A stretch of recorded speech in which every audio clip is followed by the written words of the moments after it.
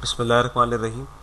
अच्छा, एसक्यूएल सब queries topic है हमारा। और एसक्यूएल सब क्वेरीज क्या होती हैं वो याद रखिएगा कि एक क्वेरी के अंदर कोई दूसरी क्वेरी साथ में इस्तेमाल की जाए। मतलब एसक्यूएल क्वेरी सब क्वेरी को हम इनर क्वेरी भी कहते हैं और नेस्टेड क्वेरी भी कहते हैं।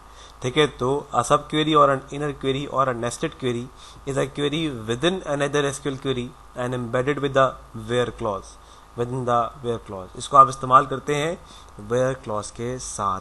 तो याद रखिएगा, अभी आज का जो टॉपिक पहला हमारा इसके अंदर होगा, हम सिलेक्ट की स्टेटमेंट यूज करवाएंगे और जो है वो मतलब डाटा रिट्रीव करवाएंगे सब क्वेरी की थ्रू।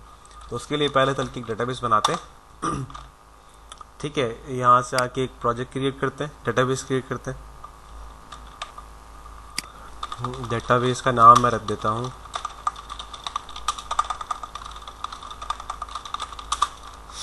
फॉर एग्जाम्पल HR रख देते।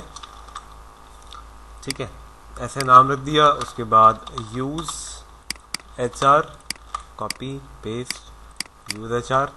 अब एक टेबल क्रिएट करते हैं, फॉर एग्जांपल क्रिएट टेबल और उसका नाम रख दिया मैंने एम्प्लॉय।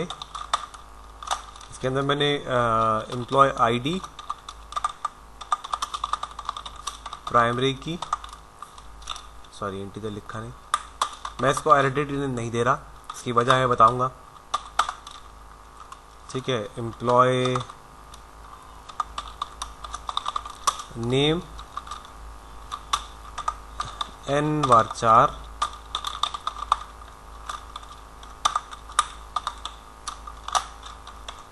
$50 not null. उसके बाद आप आए तो एज इंटीजर, एड्रेस, इसको मैं कर देता हूँ एम्प्लॉय एड्रेस।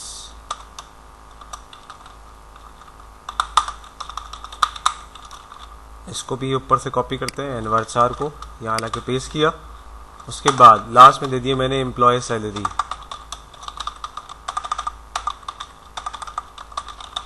ठीक है, और इसको मैंने दे दिया, अभी फिलहाल इसको मैं इंटीजर में दे देता हूँ।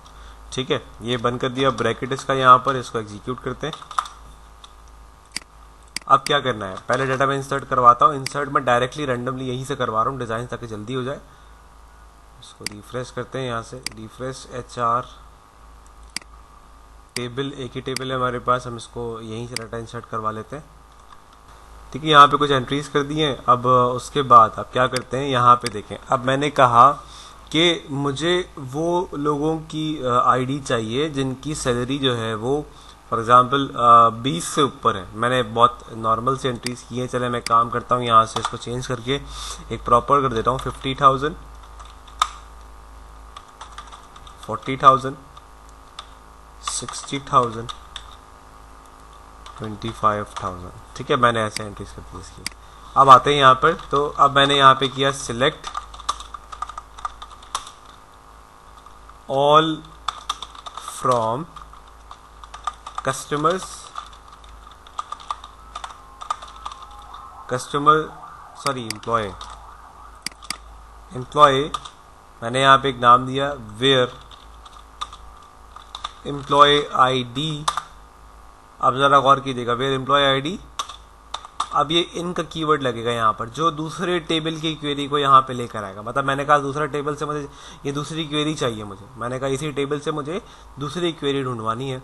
तो अब मैंने ऐसे लगाया और यहाँ पे select employee ID from employee, और यहाँ क्या हो जाएगा, where employee salary is greater than, मैंने कहा 30,000, चलो थोड़ा बढ़ाते हैं, 40,000, ये मैंने दिया और यहाँ ब्रैकेट क्लोज कर दिया। तो वो लोग जिनकी सैलरी 45,000 से ज़्यादा, 40,000 से ज़्यादा होगी वो यहाँ पर उठ के आ जाएंगे। चलाते हैं, ये देखें, तो सिर्फ 2 लोग आ गए। अब देखें मल्टीपल क्वेरीज एक साथ चली हैं। तो ये सेलेक्ट की स्टेटमेंट का काम होता है कि आप क्या कर सकते हैं, इस तरीके से एक वक्त में मल्टीपल क्वेरीज को यूज़ कर सकते हैं। तो ये सिर्फ था कि आप वहाँ पे डाटा रिट्रीव कर रहे हैं, तो ये रिट्रीवल था।